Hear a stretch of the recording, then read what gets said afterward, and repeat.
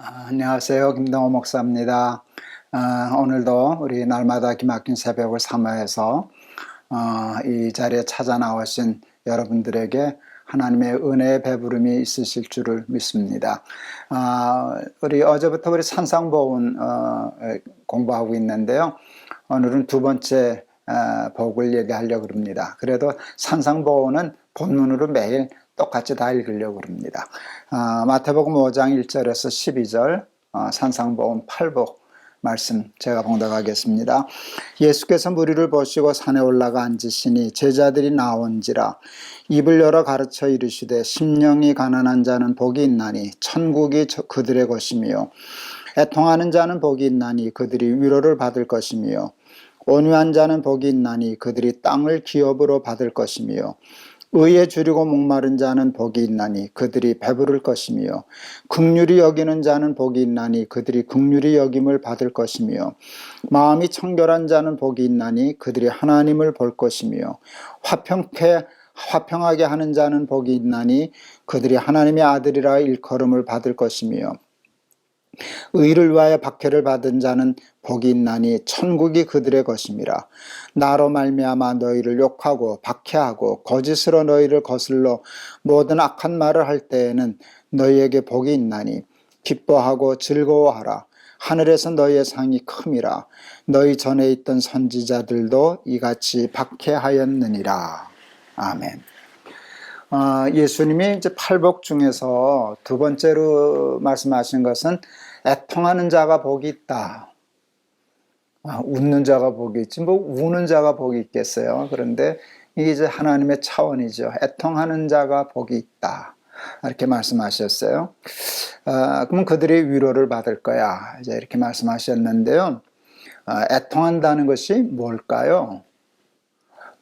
무엇을 애통한다는 것일까요? 우리들은 언제 애통하나요? 뭐가 그렇게 애통스러울까요? 그냥 간단히 정리하면 이거 아닐까요? 남들이 다 얻는데 얻지 못할 때, 바라던 것을 이루지 못했을 때, 그리고 남이 누리는 것을 누리지 못할 때, 그것을 우리는 대개 다 애통하게 생각하지 않을까요? 그런데 우리 산상보훈의 애통함도 그런 걸까요? 그런 걸 이루지 못해서 얻지 못해서 누리지 못해서 애통하는 자가 복 있는 사람일까요? 성경에 가르치면 그건 아닙니다. 그게 아닌 것이 틀림없습니다. 왜냐하면 바로 어제 심령이 가난한 자는 복이 있나니 그렇게 얘기하지 않았어요? 심령이 가난한 사람을 우리는 욕심 없는 마음으로 풀었잖아요. 여러분 욕심 없는 사람이 뭘 세상의 것을 이루지 못했다고 그것 때문에 애통하겠어요? 마음의 힘을 다 빼고 하나님 나라만 바라보고 사는 사람이 세상에서 좀 이루지 못했다고 그것을 아파하고 안타까워하고 애통하겠습니까? 그러니까 이 산상보훈에 예수님이 말씀하시는 애통함은 그런 우리 세속적이고 세상적인 애통함은 아닌 것이 틀림없습니다. 그러면 무엇을 애통함일까? 제 인생에 참 큰 영향을 준 책 중에 하나가 에릭 프롬의 소유냐 삶이냐라는 책이었습니다. 여러 번 소개했었습니다. 거기서 사람을 소유형의 인간과 존재형의 인간으로 나눕니다. 소유형의 인간이란 우리가 잘 아는 바와 같이 삶의 의미와 목적을 소유에 두고 사는 사람입니다. 무엇을 먹을까, 무엇을 입을까, 무엇을 마실까에 두고 사는 보편적인 우리들이 다 소유형의 인간입니다. 소유형의 인간들은 소유의 결여, 그 소유함의 실패, 소유함을 이루지 못할 때 그것이 애통스러울 거예요. 그런데 에릭 프롬은 존재형의 인간을 얘기합니다. 존재형의 인간은 소유를 다 무시하는 건 아니지만 그 소유보다 사람답게 인간답게 to be 존재하는데 삶의 의미와 목적을 두는 사람을 존재형의 인간이라 얘기했습니다. 정말 잘 사는 사람, 정말 복받은 사람은 존재형의 유형이겠죠. 존재형의 인간은 무엇을 애통할까요? 자기가 인간답게 존재하지 못하는 것. 마음에는 그 원이 있는데 그 원대로 사라지지 않는 것. 그것이 애통함의 원인이 되지 않을까요? 여러분, 사도 바울의 애통함이 바로 그런 애통 아니었습니까? 오호라, 나는 곤고한 사람이로다. 누가 나를 이 사망의 몸에서 건져내랴. 그러면서 하는 말이, 내가 마음으로는 하나님의 법을, 육신으로는 죄의 법을 섬기노라. 마음에 하나님의 법이 있어요. 그게 존재형의 인간이죠. 나 하나님의 법대로 살 거야. 하나님의 식대로 살고 싶어. 하나님의 뜻대로 살고 싶어. 이게 이제 사도 바울은 완전히 존재형의 유형이죠. 근데 그게 뜻대로 안 되니까 마음엔 그 욕심이 있는데 이놈의 몸뚱아리가 그걸 못 지켜. 마음으로는 자꾸 육신의 법을 지켜. 그게 안타까워서 오라, 나는 곤고한 사람이라다. 이렇게 발버둥질 치고 있잖아요. 그러고 나중에 하도 속상하니까 나는 죄인 중에 괴수야. 이게 애통함입니다. 저는 이게 예수님이 팔복 산상수훈에서 말씀하신 애통하는 자라고 생각합니다. 여러분, 예수님이 보실 때 사도 바울의 그 같은 모습, 그 삶의 발버둥질이 얼마나 귀하게 있었어요. 너 참 잘 산다. 너 참 훌륭하다. 너 정말 마음에 든다. 하나님 그러시지 않으셨겠습니까? 윤동주 참 좋습니다. 서시, 하늘을 우러러 한 점 부끄러움이 없기를 잎새에 이는 바람에도 나는 괴로웠다. 그의 욕심은 다른 데 있지 않았어요. 하늘을 우러러 하나님께 대하여 부끄러움 없는 삶 살고 싶어. 이게 존재형이죠. 윤동주도 전형적인 존재형의 인간입니다. 그런데 그 마음이 마음대로 몸이 사라지지 않습니다. 그 마음이 흔들릴 때가 있어요. 그것을 잎새와 바람으로 표현했어요. 잎새와 바람으로 표현할 때 세 가지 표현이 아마 가능할걸요. 잎새에 부는 바람, 잎새에 떠는 바람, 잎새에 이는 바람. 잎새에 부는 바람은요, 뒤에서도 저 윤동주 흔들렸다 다 할 거예요. 부는 바람이니까.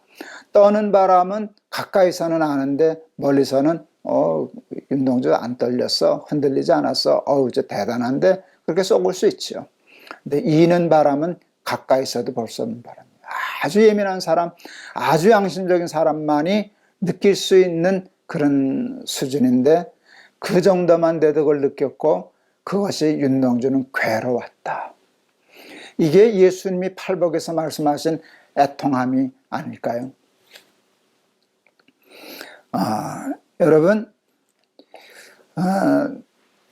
우리는 뭐를 이렇게 안타까워하면서 살까요? 뭐가 그렇게 애통할까요?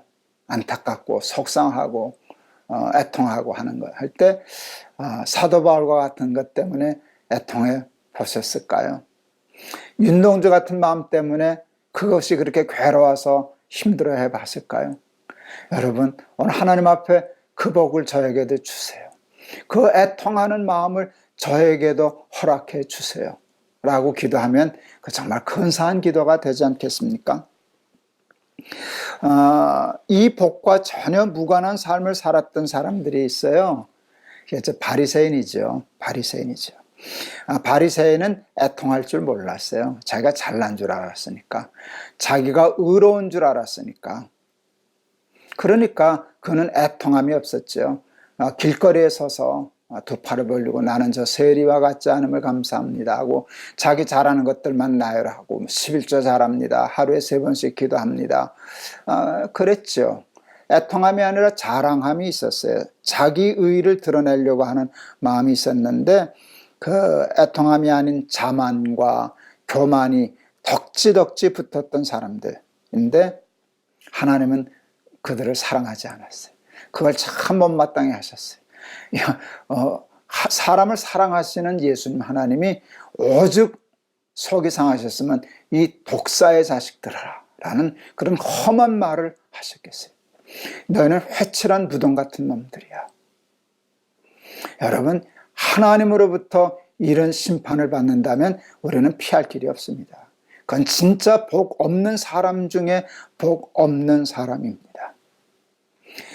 제가 오늘 그 윤동주 얘기도 했고요. 사도 바울 얘기도 했고요. 바리새인 얘기도 했어요. 참 무서운 얘기를 하려고 그러는데요. 여러분은 어디에 속했어요? 여러분의 지금까지 삶은 바울 같으셔요? 윤동주처럼 사셨어요?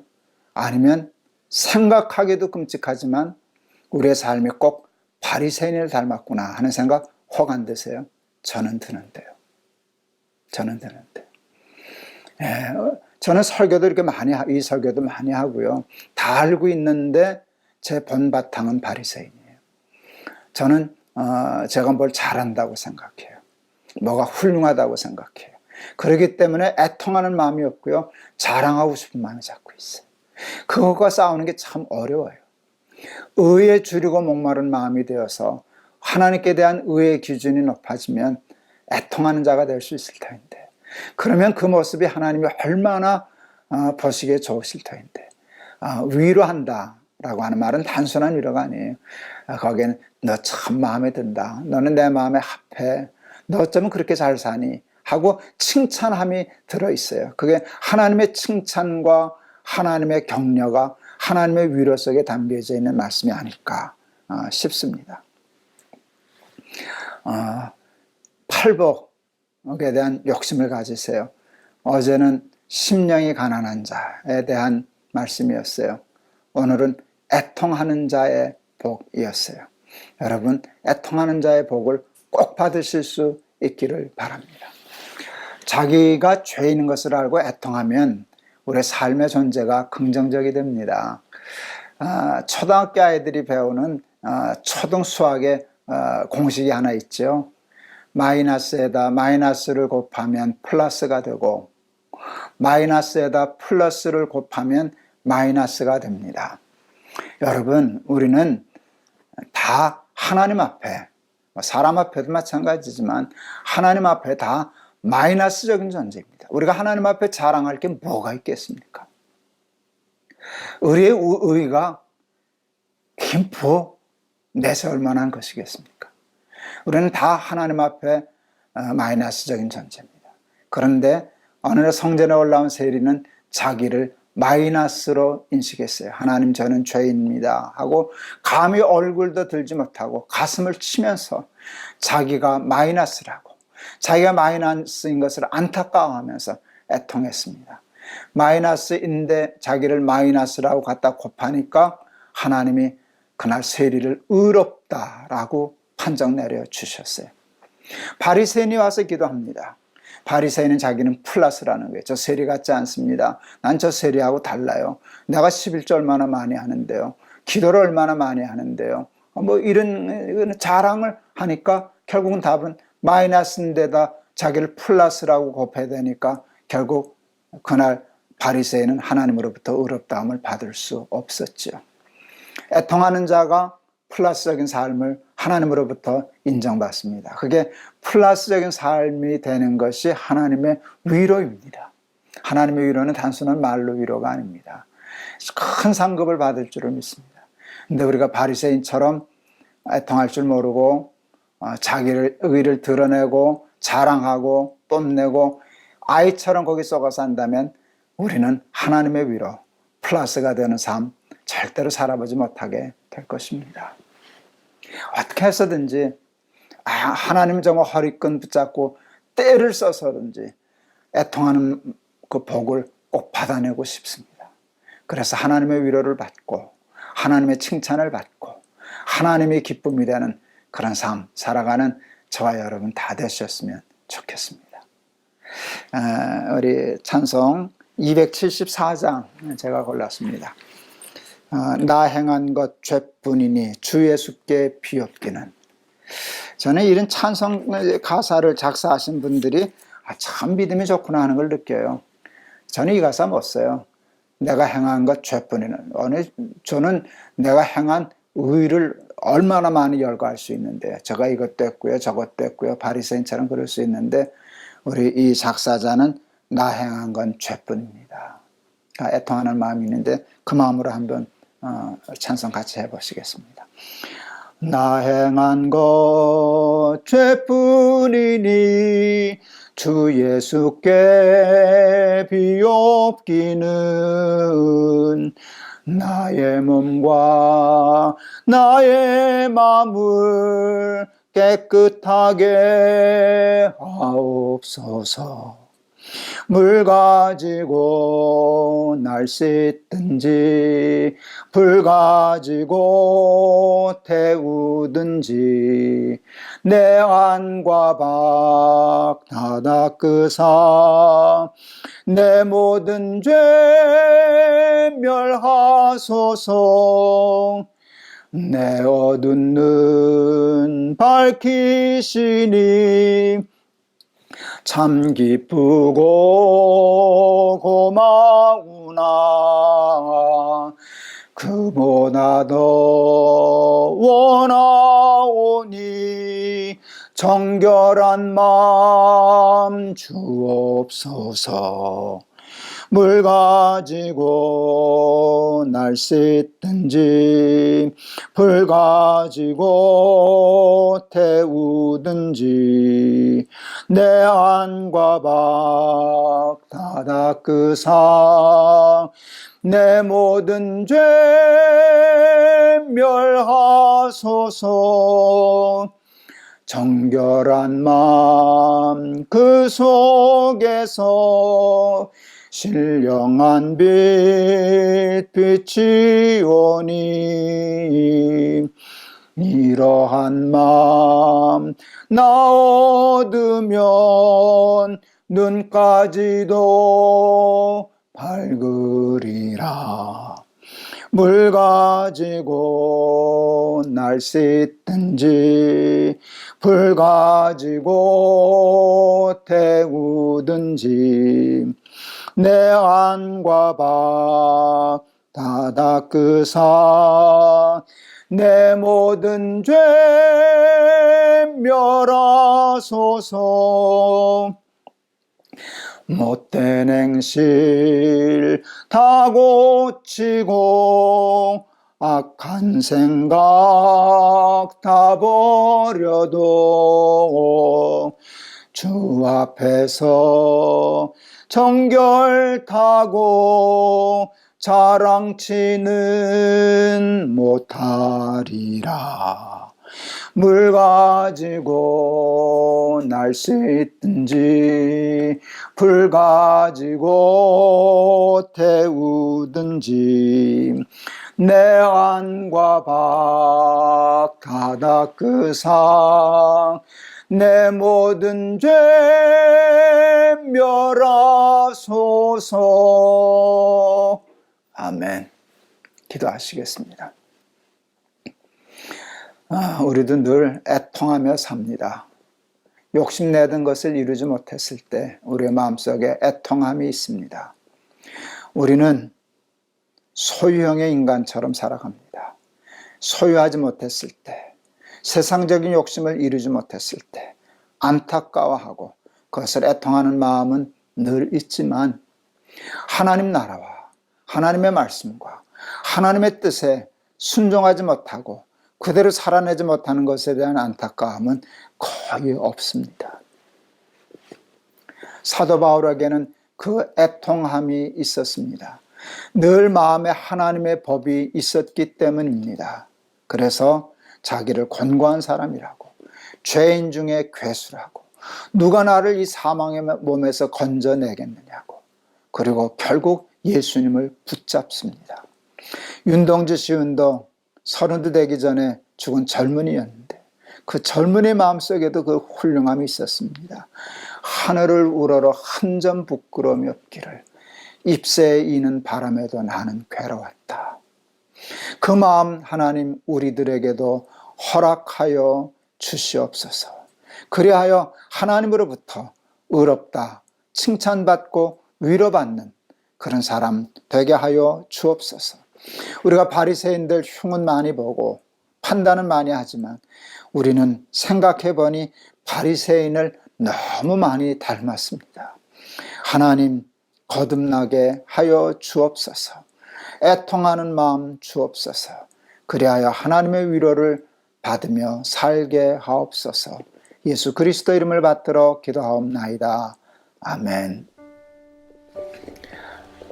감사합니다. 하나님 오늘도 귀한 말씀 저희들에게 주셨습니다. 듣기만 하는 자가 되지 말고 듣고 행하는 자가 되어 하나님의 말씀이 하늘에서 이루어진 것처럼 우리의 마음속에서, 우리의 삶 속에서, 우리의 가정 속에서, 직장 속에서 다 이루어지시기를 바랍니다. 여러분 감사합니다. 오늘도 승리하세요. 사랑합니다.